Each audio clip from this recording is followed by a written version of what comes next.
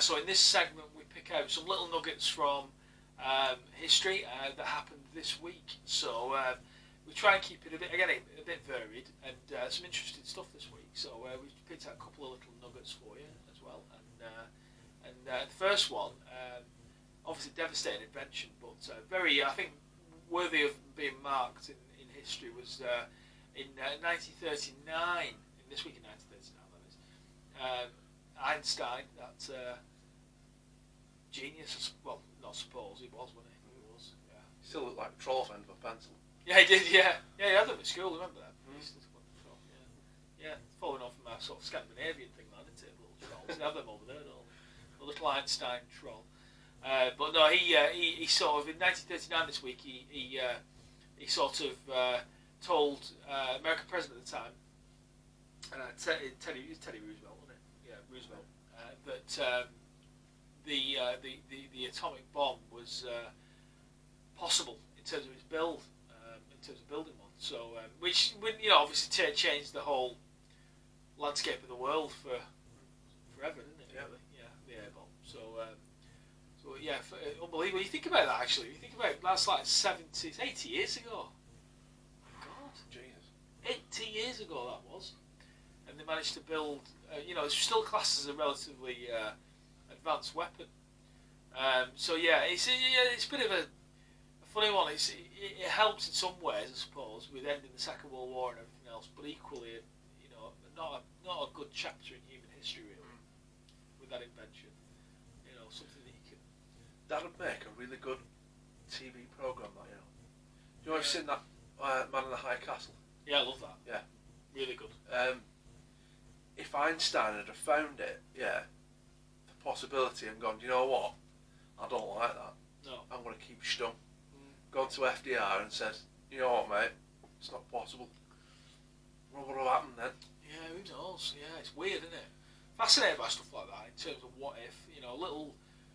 I mean, we all do it, but little decisions you make, whether it's stuff as significant as that, or even small stuff that can change the course of history. It's fascinating. Yeah, and it makes you wonder: is it all just chaos, or does it have a set? Is it already set? What will happen? Who knows? It blows my mind that the face, like you said, the face of the world and the outcome from a world war was shaped on a conversation of Einstein going, yeah, I can do that.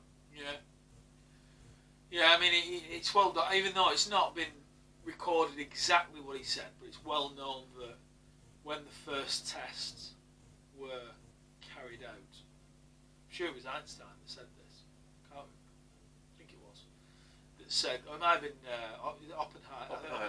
It could have been one of the two. That said when the first atomic blast, I think it was Oppenheimer, and he said that it's something to the tune of "What have I done?" type of thing, because it was such a devastating display of power. I think he realised then that there's bad shit, bad shit. So it never sat well with me that, the fact that it was Operation Paperclip after the Second World War, where the Russians, basically there was a race between the Russians and the Americans to basically commandeer as many Nazi scientists as possible, and the Americans call it Operation Paperclip. So they basically commandeered hundreds of Nazi scientists, and I think they got the better end of the bargain, because they got Oppenheimer, and they got what was his name? The guy, he'll come to me in a minute, and the guy that developed the V2 rocket, which then later became the Apollo program. Right. But the thing that never sits well, and it's also forgotten in history. This, I'm going off on one a little bit. But it never sits well with me. The fact these guys were well and true. These were hardened Nazis. These guys, and just because they had technological know-how and I suppose something to offer the Americans, they were sort of like pardoned, if you will. But there was a story of Werner von Braun. Thank you. She's come to me. Von Braun was the head of the Apollo rocketry development, and he used to run a factory in Nazi Germany, and every week the slowest, most inefficient workers were hanged outside the factory. Sounds like my place. Yeah. Actually, yeah. It's Sports Direct, isn't it? But you have a conversation like this we're having, and you think, you need a little ping in your brain. Yeah. Do you design the Nazi SS uniform? I do know that, but share with the public. Hugo Boss. Yeah. One of the biggest designers names in the world. Yeah. The SS uniforms, wasn't it? Yeah. Yeah, that's right. All the black uniforms with the sort of big pants, wasn't it? With the starched trousers. Oh, Braun as well. Shavers and shit. They made something for him. Can't remember what it was. I'm sure it was weapons. Yeah, I couldn't believe it. But Werner von Braun was in some mad shit as well. And not to get too alien on your ass, but basically he's on record. And Oppenheimer was the same. He said some weird shit about aliens. He said that we were helped certain things. Now that doesn't mean that necessarily aliens helped build the Apollo mission, don't get me wrong. But I think what he meant was that if you believe in this type of thing, I think he meant that they were helped in as far as when they recovered things that maybe fell to Earth, that helped them a lot. So it depends on what you believe in as well, and you know, we could spend a lot of time on that type of thing. But yeah, interesting stuff. Interesting. But yeah, it's always left a sour note, really, that in terms of they've seen just because they had the brains to assist the Americans that they were just forgiven for their. And he's well and truly, he was 100% Nazi. Do you know what? I'll put my hands up. I didn't know that. Yeah. I didn't know that. Yeah. Werner von Braun, horrible bastard. Yeah. Died of a hero, really. Died of cancer, that guy. But he was a horrible bastard. But history writes him down as a genius and a pioneer because of the Apollo moon landings. So there you go. Bit of a factoid. I didn't know that. Honestly, didn't know that. Yeah. There you go. We're educational. Absolutely. Well, I don't think we could tag ourselves as YouTube's educational program, though, could we? Well, we could. No, nobody would watch it with any brains anyway. No, you wouldn't do. Won't want these episodes to end up in a school. No, that'd be good, wouldn't it? Yeah, we used to all huddle around the TV to watch school programs. Yeah, it would be good learning. This type of thing. Used to love it in primary school with kids and used to wheel the Italian. Oh yeah, the your heart would sing. Yeah. Oh, I don't have to do any work. Results, no writing. Yeah, I get to watch Will o' the Wisp for an hour and a half or something like that. And you didn't give a fuck what it was either. No. You know, you'd watch an educational film about something, but you didn't really care. You just knew you didn't have to do any work. There were a programme, and they actually put it on in school. They were on whatever children's BBC was when we were kids. I don't know if you remember it, and it was about a demonic tree. Do you remember it? No. I'm sure it was called Green Noah or something like that. No, I don't know that one. And it used to freak me the fuck out. Freaking me out. And it still does.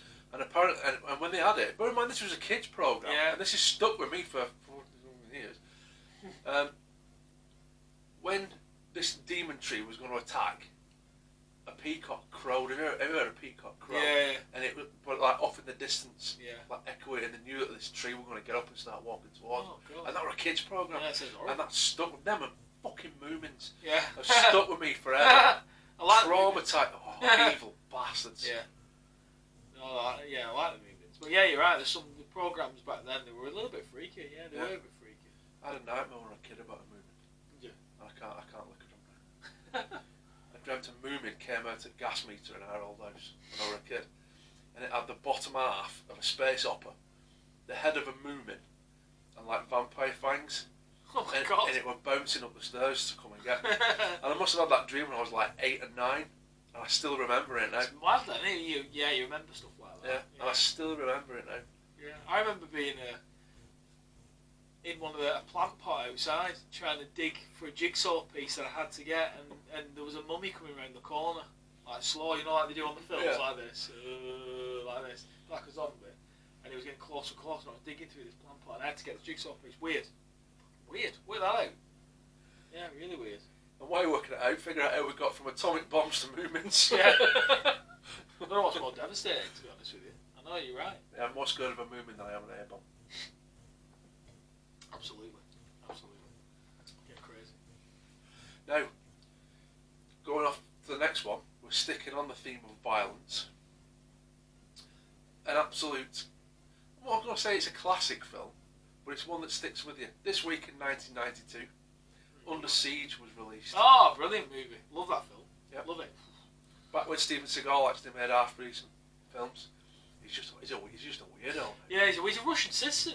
Yeah, he is, mate. Yes, he's got Russian citizenship. Yeah, he's one of Putin's. Yeah. Yeah, a bit strange. Really. But he do you know he was a real life sheriff? Yeah, I believe there was a program. There was a program about him. Like a police program with him in it. Yeah. You know, like a fly on the wall one. Yeah. Yeah, I didn't know. Well, I only knew that because of that program. But yeah, strange character really. Been a bit of a badass. He's a big fucker as well, isn't he? I wasn't all like to fight him. No. But he walks around and he wears like Oriental clothing. I don't know what they're called. Yeah, he does. Like them buttonless shirts. You know pajamas. What I mean? Yeah. Yeah, he walks around wearing them. Yeah. But it was a good film for. Great film. It was just a good old-fashioned action film, wasn't it? And it introduced us to the more raunchy side of Erica Elaniak. Yeah, absolutely. Yeah. Every time I get a cake now, you're always disappointed that she doesn't pop out. Yeah, she does. Yeah, she was. Played the part well in that. Casey Ryback he played. He was the chef on a battleship, and as we were in action films, he wasn't just a chef. He was a disgraced Navy SEAL. He had like 3.5 million confirmed kills. And like 25 Purple Hearts. Yeah. But he wanted to be a chef. Yeah. And Tommy Lee Jones was in that, he was. wasn't he? Yeah, and Gary Busey. Yeah. Yeah. Tommy Lee Jones must look back at that now and think, what the fuck? But Tommy Lee Jones still looked the same fucking age in Under Siege in 1992. Tommy Lee Jones was born 70 years old. Yeah, he was. He looks exactly the same. He looks like a prune with a mouth. He does. He's exactly. Yeah, it's a weird thing. That weird thing. He's never been young. No. He's never had a childhood. That man. No. It's like conversely, it's like Keanu Reeves has never been old. He's pickled. He must sleep in weird. formaldehyde. Keanu Reeves. He looks 25 still. Yeah. Johnny Utah out of Point Break. Oh my. What a movie that is. Yeah. But I am an FBI agent. But yeah, in that he looks like he is now. Fucking weird. I love Keanu Reeves, mate. I do. I love him as well. He's on my list of. You know, people say, "Oh, who would you famous would you like to have?" Yeah. A dinner with. Definitely. Yeah, because apparently you can't read everything you read in media, but apparently he's just dead normal. Yeah. Nice fella. There's all that footage online of him riding the subway and stuff like that. He doesn't have. He doesn't have massive mansions, lives a modest life, and this, that, and the other. But yeah, what a guy. Big cool into his bikes, isn't he? Cool as fuck. Yeah. He's got his own design shop for motorbikes. Yeah. Nice too. I saw him at Goodwood. Goodwood Festival of Speed. He was there, showcasing some of his bikes. I mean, not my cup of tea, the bikes, but they're impressive looking machines. My God, really, really good looking. But no, he's a great actor, brilliant actor. And just he seems like a nice guy. He's like a nice guy. Yeah, really badass as well. It must be worth a few quid. Oh, yeah. Some of the best films ever made. Yeah. Well, he's done some stinkers, but he's still been good in them. Yeah, true.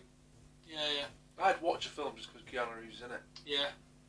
What was that? Was that Ronin one? Was he in that? 47 Ronin. Yeah. Yeah. It was, wasn't it? Yeah, it was. Yeah. That was like massive budget, wasn't it? Yeah. 47 Ronin. But I like the bad. If you're a film aficionado, if you've got thick rim round specs and you like your typewriters and you've got a man bun, you know what I mean? Yeah. You want to then.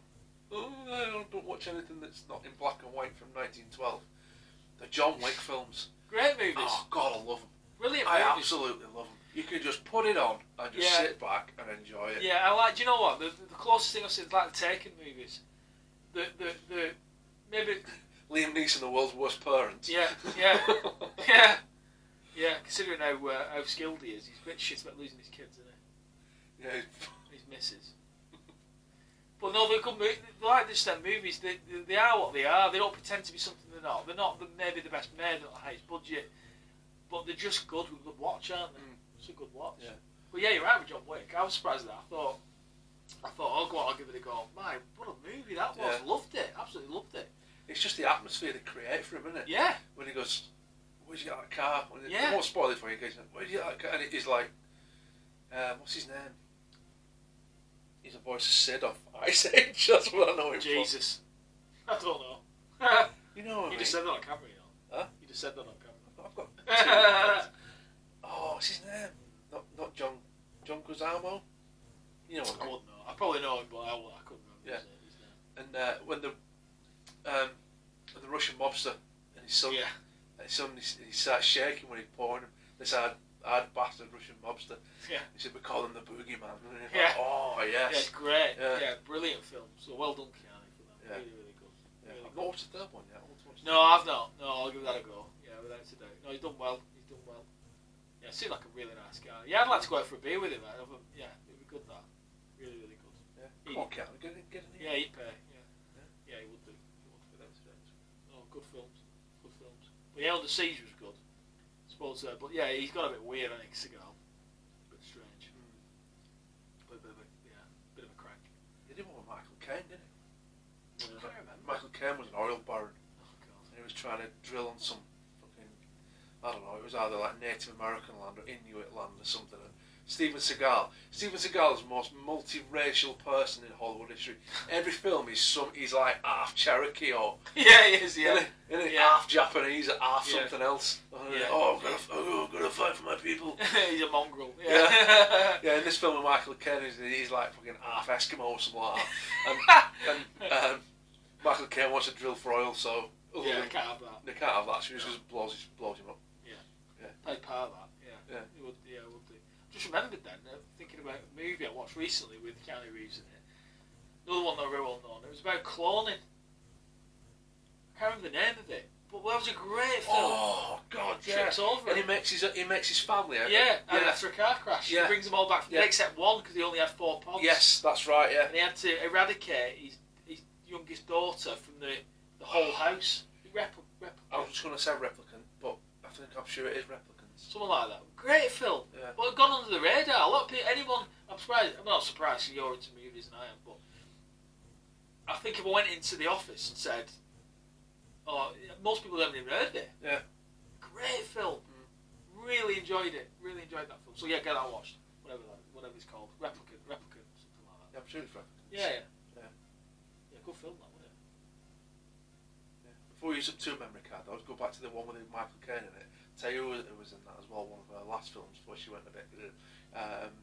Kelly LeBrock. Yeah. Weird Science. Yeah, I know, yeah.